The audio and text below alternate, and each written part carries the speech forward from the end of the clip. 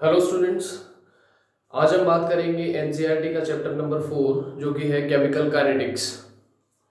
तो chemical kinetics के बारे में आज हम पढ़ेंगे। सबसे पहले जो वर्ड है काइनेटिक्स, इसका मतलब जो है वो होता है मूवमेंट। मतलब ये हम बात कर रहे हैं केमिकल रिएक्शंस की। इसको डिफाइन कर लेता हूं पहले। केमिकल काइनेटिक्स बेसिकली क्या होता है? The branch of chemistry that deals with the study of rate of a chemical reaction, factors affecting the rate of a chemical reaction and the mechanism by which a reaction proceeds। मतलब ये chemical reaction के rate के बारे में study करना। Rate यानी कि उसकी स्पीड, रेट के बारे में स्टडी करना। कौन कौन से फैक्टर्स उसके रेट को यानी उसकी स्पीड को अफेक्ट करेंगे। और तीसरा, किसी केमिकल रिएक्शन का मैकेनिज्म यानी कि रिएक्टेंट से जो प्रोडक्ट बनता है उसका मैकेनिज्म क्या होगा। तो वो चीज हम स्टडी करते हैं केमिकल काइनेटिक्स में। तो हम इसको सिंपली डिफाइन कर सकते हैं, it is the branch of chemistry that deals with the study of rate of a chemical reaction, factors affecting the rate of a chemical reaction and the mechanism by which a reaction proceeds. तो इसको हम बोलते हैं chemical kinetics. मतलब ये कि chemistry में बहुत टाइप्स की रिएक्शंस होती हैं। जैसे कि कुछ रिएक्शन जो है वो बहुत ज्यादा फास्ट होती हैं, वेरी फास्ट। कुछ मॉडरेट होती हैं, उनकी स्पीड होती है मॉडरेट। और कुछ होती है बहुत ज्यादा स्लो। ठीक है। तो जो रिएक्शन बहुत ज्यादा फास्ट है तो उसका रेट यानी उसकी स्पीड है ज्यादा, और वो रिएक्शन जिसकी स्पीड मॉडरेट है, मॉडरेट का मतलब ना ज्यादा फास्ट ना ज्यादा स्लो। और कुछ रिएक्शन ऐसी भी होती है जो बहुत ज्यादा स्लो होती है। तो हर एक रिएक्शन का क्या होता है? Different rate. क्या होता है? Different rate. यानी कि जो रिएक्टेंट प्रोडक्ट में चेंज हो रहा है तो सब हर एक रिएक्शन का रेट यानी उसकी स्पीड जो है वो डिफरेंट होती है। उसका रीजन क्या है? क्योंकि जब कोई केमिकल रिएक्शन होती है, मतलब जब रिएक्टेंट प्रोडक्ट में चेंज होता है तो क्या होता है? बॉन्ड्स टूटते हैं। अब सबको पता है different energy is required to break different kind of bonds and different energy is released when new bonds are set up. जब बॉन्ड तोड़ने के लिए भी एनर्जी चाहिए होती है, और जब नए बॉन्ड बनते हैं तो एनर्जी रिलीज होती है। तो different atoms requires different types of energies. इसी वजह से different reactions have different rate. तो रेट का मतलब हमारा स्पीड से है कि किसी केमिकल रिएक्शन की जो स्पीड है वो हम डिस्कस करेंगे इस चैप्टर में। मतलब रेट का मतलब यहाँ पे स्पीड है। ठीक है। और किसी रिएक्शन की रेट को यानी उसकी स्पीड को कौन कौन से फैक्टर्स अफेक्ट करेंगे और किस मैकेनिज्म से जो रिएक्शन है वो चलती है, यानी कि रिएक्टेंट प्रोडक्ट में चेंज होगा। ठीक है, यहां तक आगे सब में। चलो अब हम आते हैं इस चैप्टर का जो फर्स्ट टॉपिक है कि हम किसी केमिकल रिएक्शन का रेट यानी कि जो उसकी स्पीड है वो हम कैसे कैलकुलेट करेंगे। अब जैसे फिजिक्स में हम स्पीड निकालते हैं इन टर्म्स ऑफ डिस्टेंस। कैसे निकालते हैं speed? Distance travelled by any object per unit time, ऐसे निकालते हैं ना। तो यहां पर हम जो रेट है किसी केमिकल रिएक्शन का वो कैसे निकालते हैं? सिंपल सा फॉर्मूला है, change in the concentration of either reactant और प्रोडक्ट डिवाइडेड में टाइम टेकन। ये एक फॉर्मूला है जिससे हम रेट यानी कि किसी रिएक्शन की स्पीड निकाल सकते हैं। Change in the concentration of the reactant divided में टाइम टेकन। अब देखो, तुमने केमिकल इक्विलिब्रियम एक चैप्टर पढ़ा होगा 11th में। उसमें तुमने पढ़ा था, मान लो कोई रिएक्शन है भाई आर से पी, यानी आर जो है वो रिएक्टेंट है, पी है प्रोडक्ट। अब इनिशियली शुरुआत में मान लो इसकी जो कंसंट्रेशन है रिएक्टेंट की, मान लो ये है 100 ग्राम, ठीक है, और प्रोडक्ट की कंसंट्रेशन कितनी होगी 0, क्योंकि अभी रिएक्शन स्टार्ट हुई नहीं है। तो इनिशियली रिएक्टेंट की कंसंट्रेशन होती है मैक्सिमम और प्रोडक्ट की होती है मिनिमम, का मतलब 0। लेकिन जैसे ही रिएक्शन स्टार्ट होगी, ये है when t was 0 initially.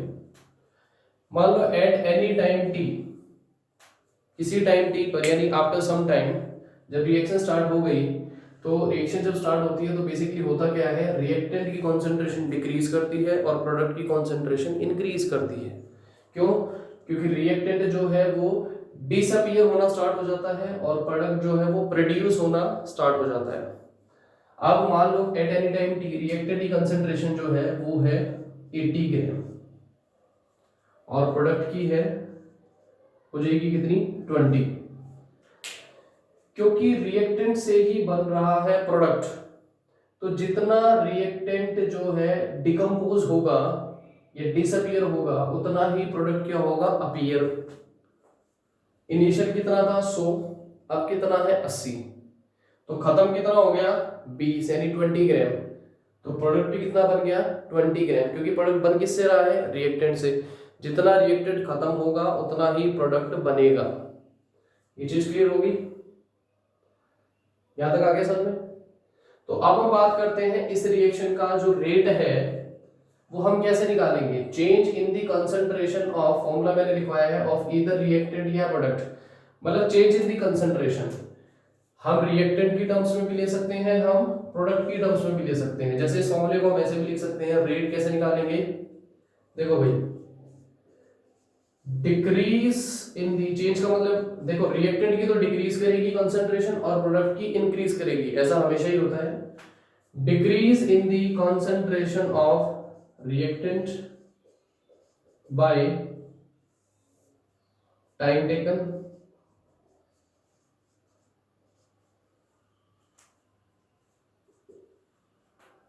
Decrease in the concentration of reactant by time taken.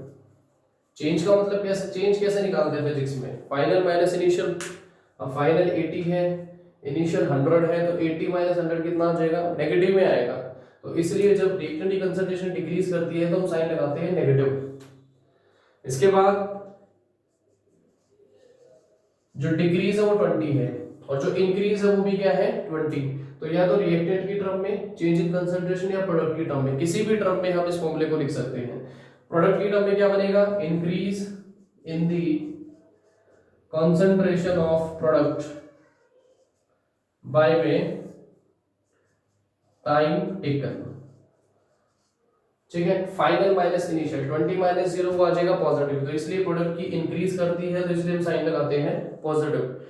तो ये एक सिंपल सा मेथड है कि किसी रिएक्शन का जो रेट है हम कैसे निकालेंगे। वो ऑफ कोर्स वो ये change in the concentration eight any time T, जितनी चेंज निकालना है, चेंज सबको पता ही है, फाइनल माइनस इनिशियल करके निकालते हैं। रिएक्टेंट की क्योंकि घटती है तो नेगेटिव और प्रोडक्ट की बढ़ती है तो इसलिए पॉजिटिव।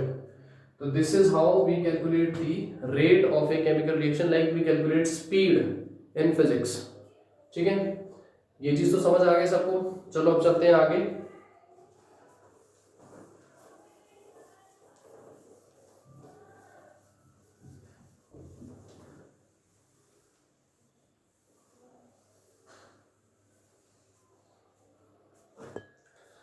अब हम बात करते हैं और एक एग्जांपल ले लेते हैं, thermal decomposition of PCl5 to give PCl3 plus Cl2। मैंने एक रिएक्शन लिखी है थर्मल डिकम्पोजिशन ऑफ PCl5।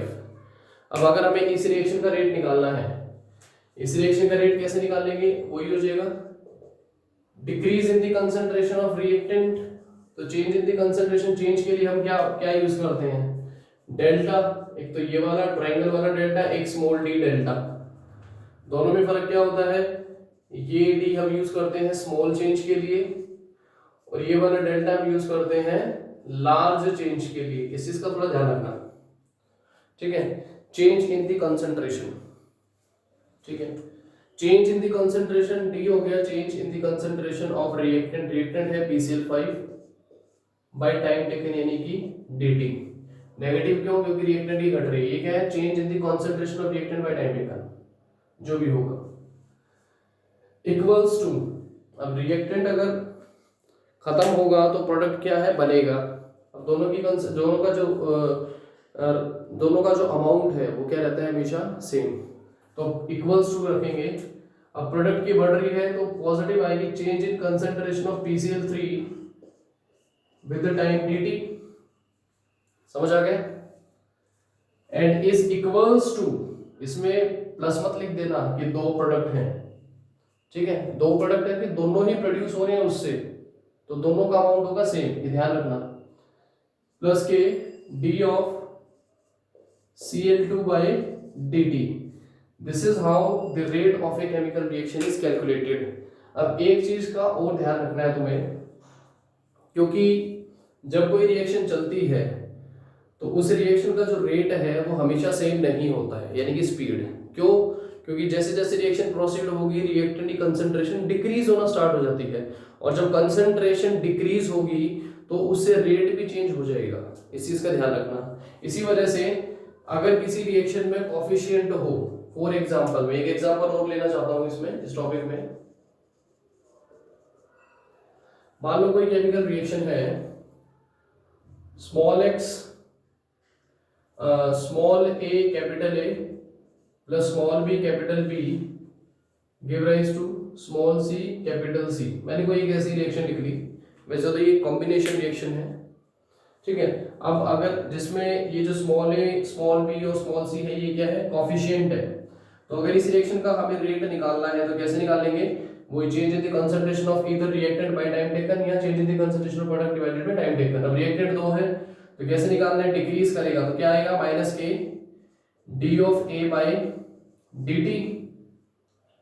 अब ये जो कॉफिशिएंट है ये बाय में चले जाएंगे भाई, इस चीज का ध्यान रखना। ये हो जाएगा माइनस के 1/a।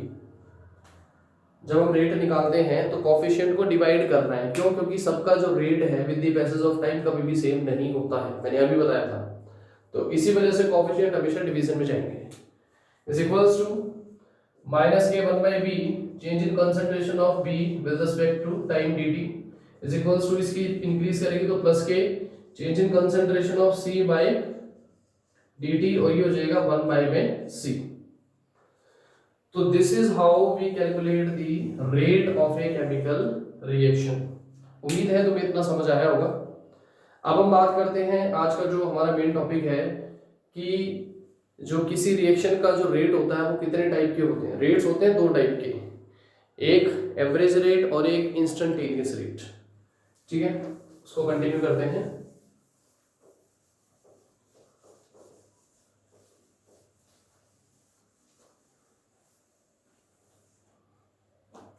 किसी भी केमिकल रिएक्शन का जो रेट है वो बेसिकली दो टाइप के होते हैं। एक एवरेज रेट की हम बात करेंगे और एक हम बात करेंगे इंस्टेंटेनियस रेट की। और इस टॉपिक को कंटिन्यू करने से पहले जो हमने अभी रेट निकाला था, तो रेट की हम यूनिट भी डिफाइन कर सकते हैं। जैसे रेट क्या होता है भाई? चेंज इन दी कंसंट्रेशन, या तो रिएक्टेंट की या प्रोडक्ट की, लेकिन है तो कंसंट्रेशन ना, विद टाइम टेकन। कंसंट्रेशन होगी मोलैरिटी, तो रेट की यूनिट क्या बनेगी भाई? मोलैरिटी क्या होती है? मोल पर लीटर। बाय में टाइम था तो हो जाएगी पर सेकेंड। तो चेंज इन कंसंट्रेशन, ऊपर चेंज का मतलब है तो कंसंट्रेशन ही, concentration bye time taken. Concentration होगी मोलैरिटी मोल पर लीटर, टाइम हो गया पर सेकेंड। ये चीज क्लियर है सबको? चलो, तो अब हम बात करेंगे अपने टॉपिक की, rate of a chemical reaction. भाई किसी भी केमिकल रिएक्शन का जो रेट है, यानी उसकी जो स्पीड है, रेट जो है कितने टाइप का होता है? एक हम निकालते हैं एवरेज रेट और एक हम निकालते हैं इंस्टेंटेनियस रेट। बहुत ही इंपॉर्टेंट टॉपिक है, थोड़ा उसको अच्छे से समझना। फर्क क्या है? फर्क ये है कि एवरेज रेट जो है वो हम निकालते हैं बिटवीन टू टाइम इंटरवल्स। मान लो एक टाइम इंटरवल t1 है, एक t2 है, तो दो टाइम इंटरवल्स के बीच में जो हम रेट निकालते हैं उसको हम कहते हैं एवरेज रेट। और इंस्टेंटेनियस का मतलब at a particular interval of time. At a particular instant of time, उसको हम कहेंगे इंस्टेंटेनियस रेट। ठीक है, एवरेज मतलब कि दो टाइम इंटरवल के बीच का रेट, इंस्टेंटेनियस मतलब at a particular time of interval. ये शॉर्ट इंटरवल के लिए होता है इंस्टेंटेनियस रेट, और ये क्या होता है एक लार्ज इंटरवल के लिए हम निकालते हैं। ये डिफरेंस है। अब इसको हम थोड़ा ग्राफिकल मेथड से समझेंगे इस टॉपिक को। ठीक है, तो सबसे पहले बात कर लेते हैं एवरेज रेट की। ठीक है, एवरेज रेट जिसको हम कैसे डिनोट करते हैं, रेट हो गया आर, एवरेज हो गया A B G, average rate, या इसको शॉर्ट में ए बी भी लिख देते हैं, एवरेज रेट। ठीक है, देखो भाई इसको ग्राफिकल मेथड से समझना है और बहुत ही इंटरेस्टिंग और इंपॉर्टेंट टॉपिक है ये हम एक ग्राफ प्लॉट कर रहे हैं। यहां पे ले ली हमने कंसंट्रेशन ऑफ रिएक्टेंट, ये ओरिजिन हो गया, ये है concentration of reactant. In terms of product भी हम ले सकते हैं, concentration in terms of reactant भी ले सकते हैं, इन टर्म्स ऑफ प्रोडक्ट भी ले सकते हैं, सिर्फ ग्राफ का थोड़ा सा फर्क आएगा। और यहां ले लिया हमने टाइम, हमें ग्राफ पढ़ रहे हैं concentration of reactant with time T. ठीक है, अब सबको पता है कि जब रिएक्शन स्टार्ट होगी तो रिएक्टेंट की कंसंट्रेशन डिक्रीज होना स्टार्ट होगी। तो रिएक्टेंट की कंसंट्रेशन इनिशियल क्या होती है, मैक्सिमम कुछ ना कुछ होगी, जीरो तो नहीं हो सकती ना। तो कंसंट्रेशन मैक्सिमम होगी रिएक्टेंट की, जैसे जैसे टाइम जाएगा रिएक्शन होगी तो रिएक्टेंट की कंसंट्रेशन डिक्रीज होना स्टार्ट हो जाएगी। तो इसका जो ग्राफ है वो कुछ इस टाइप का बनेगा। ठीक है, कि with the passage of time reactant की कंसंट्रेशन डिक्रीज हो रही है, ये चीज सब में आ गई। तो ये ग्राफ हो गया रिएक्टेंट के लिए। ठीक है, अब हम बात करते हैं कि ये टाइम है, किसी टाइम इंटरवल पे, जैसे मैंने एक टाइम इंटरवल ले लिया यहाँ पे, ये टाइम इंटरवल है t1। ठीक है, ये टाइम इंटरवल हो गया t2 और ये एक सिंपल टाइम इंटरवल हो गया t। ये कुछ टाइम इंटरवल है, वैल्यू ना लेके मैंने ऐसे t1 t2 t1 लिया। तो टाइम इंटरवल t1 है, अगर इस पे मैं देखूं तो जो कंसंट्रेशन है रिएक्टेंट की वो कुछ ना कुछ होगी, वो हमने मान ली कंसंट्रेशन रिएक्टेंट की R1। क्या मान ली मैंने, R1। At time interval t2 reactant की कंसंट्रेशन जो है वो मैंने कंसिडर कर ली R2। ठीक है, हम बात यहां पर कर रहे हैं एवरेज रेट की। एवरेज रेट मैंने बताया कि दो टाइम इंटरवल के बीच का जो है, जब दो टाइम इंटरवल के बीच में हम निकालते हैं रेट तो उसको हम एवरेज रेट बोलते हैं।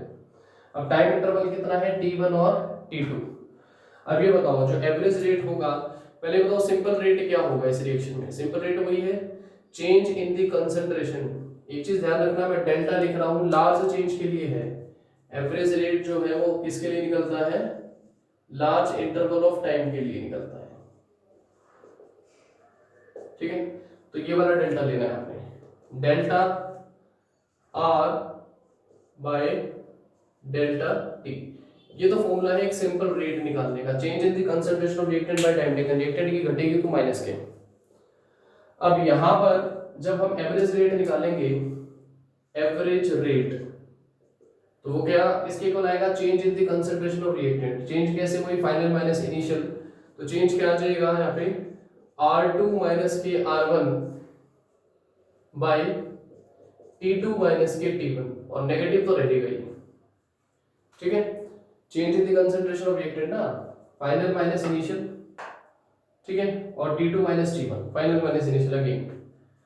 तो इस एवरेज रेट को हम क्या लिखेंगे यहाँ पे, ये हो गया माइनस के कंसंट्रेशन ऑफ, ये R1 था, R2 minus R1, change in the concentration of reactant, और बाय टाइम टेकर हो गया डेल्टा टी।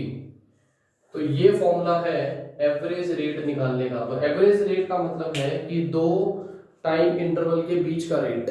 ठीक है, और उसको रिप्रेजेंट करेंगे डेल्टा से, क्योंकि डेल्टा जो है वो हम यूज करते हैं लार्ज चेंज के लिए। ये आ गया, यहां तक हो गया क्लियर। अब बात करते हैं हम, इसी में बात कर लेते हैं इंस्टेंटेनियस रेट की। इसकी बात करेंगे इंस्टेंटेनियस रेट। ये था हमारा एवरेज रेट। और अब बात कर रहे हैं इंस्टेंटेनियस रेट की। इंस्टेंटेनियस का मतलब at a instant, at a specific instant of time. जैसे हो गया टी, अगर इस टाइम इंटरवल में हम रेट निकालेंगे, इस टाइम इंटरवल में अगर हम रेट निकालेंगे तो उस रेट को हम कहेंगे इंस्टेंटेनियस रेट। और एक चीज का ध्यान रखना है कि जब इंस्टेंटेनियस रेट हम निकालेंगे, कैलकुलेट करेंगे, तो हमें इस पॉइंट पर, इस टाइम पर एक टेंजेंट ड्रॉ करना पड़ेगा। क्या ड्रॉ करना पड़ेगा? एक टेंजेंट। ठीक है, एक टेंजेंट तुम्हें ड्रॉ करना पड़ेगा। ठीक है, अब ये एक टेंजेंट ड्रॉ कर दिया इस टाइम इंटरवल पर, ये बन गया ट्रायंगल। ठीक है, अब ये क्या है? चेंज इन कंसंट्रेशन है। अब स्मॉल है तो इसको लिखेंगे हम डी आर। ठीक है, चेंज इन कंसंट्रेशन जो भी आएगी, और with the small interval of time है तो ये हो जाएगा डी टी। ये चीज क्लियर होगी? तो यहां पर जो इंस्टेंटेनियस रेट होगा वो कैसे निकालेंगे हम? Change in the concentration of reactant by time taken. Formula तो वही है, डिक्रीज करेगा तो negative, and which will be equals to the negative of slope. ठीक है, सबको पता है स्लोप क्या होता है? Tangent theta perpendicular by base. तो इस टेंजेंट का जो स्लोप है वो हमें देगा इंस्टेंटेनियस रेट। तो ये ग्राफ तुम्हें समझ आ गया होगा कि कैसे निकालना है। बस बेसिक फर्क क्या है? एवरेज रेट जो है वो दो टाइम इंटरवल के बीच में निकलता है, और इंस्टेंटेनियस रेट जो है वो at a particular time of interval पे निकाला जाता है। ठीक है, उसके लिए तुम्हें टेंजेंट ड्रॉ करना पड़ेगा, और जो स्लोप निकलेगा that will give you the rate, instantaneous rate. ये चीज क्लियर है? चलो, अब ये तो पढ़ा था हमने इन टर्म्स ऑफ रिएक्टेंट। अब हम बात करते हैं इन टर्म्स ऑफ प्रोडक्ट। भी हम दोनों चीज निकाल सकते हैं।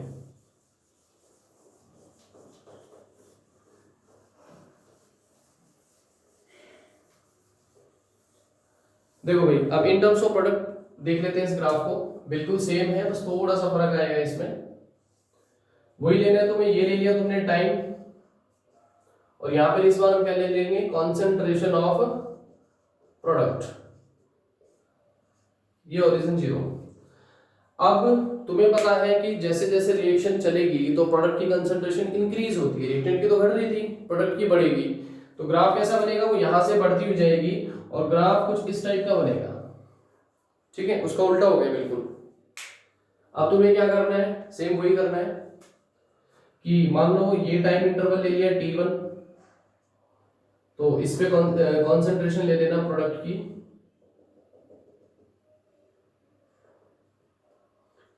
ये मान लेना P1, वहां पे रिएक्टेंट था R, तो यहाँ पे हमने ले लिया प्रोडक्ट तो P1। एक टाइम इंटरवल और ले लिया हमने T2,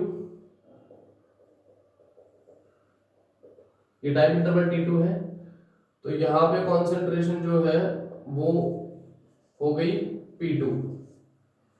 ठीक है, तो हम बात कर लेते हैं एवरेज रेट, यानी between time interval T1 and T2। यहाँ पे एवरेज रेट कैसे निकलेगा? बिल्कुल वही है, सेम है। एवरेज रेट जिसको हमने कैसे रिप्रेजेंट किया था? Rate R average. बताओ, वही आ जाएगा change in the concentration of product. Product है तो इस बार क्या हो जाएगा? ये P1 माइनस के P2। Change in the concentration of product P1 P2 minus के P1, और टाइम हो गया T2 माइनस के T1। ठीक है, तो एवरेज रेट क्या है इस केस में? जो एवरेज रेट है वो आ जाएगा प्लस का रहेगा, क्योंकि प्रोडक्ट की कंसंट्रेशन इंक्रीज करेगी तो पॉजिटिव लेना है, उसमें डिक्रीज कर रही तो नेगेटिव ले लेना, तो चेंज आ जाएगा ये। ठीक है, तो भाई बताओ चेंज क्या आ जाएगा? Change in concentration of product हो गया डीपी, और टाइम हो गया एवरेज रेट है तो लार्ज चेंज है तो डेल्टा दिखाना है, डी नहीं। यहाँ पे आ जाएगा डेल्टा डी, तो ये निकलेगा ऐसे तुम्हारा एवरेज रेट। ठीक है, अब बात कर लेते हैं इसी में इंस्टेंटेनियस रेट की। इंस्टेंटेनियस मतलब at a particular time T,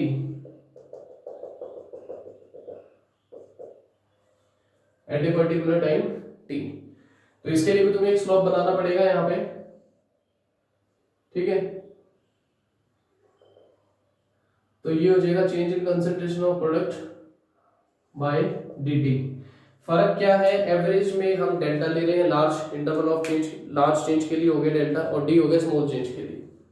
ठीक है, तो यहाँ पे टेंजेंट ड्रॉ कर लेना। जो टेंजेंट होगा इसमें जो इंस्टेंटेनियस रेट होगा, इंस्टेंटेनियस रेट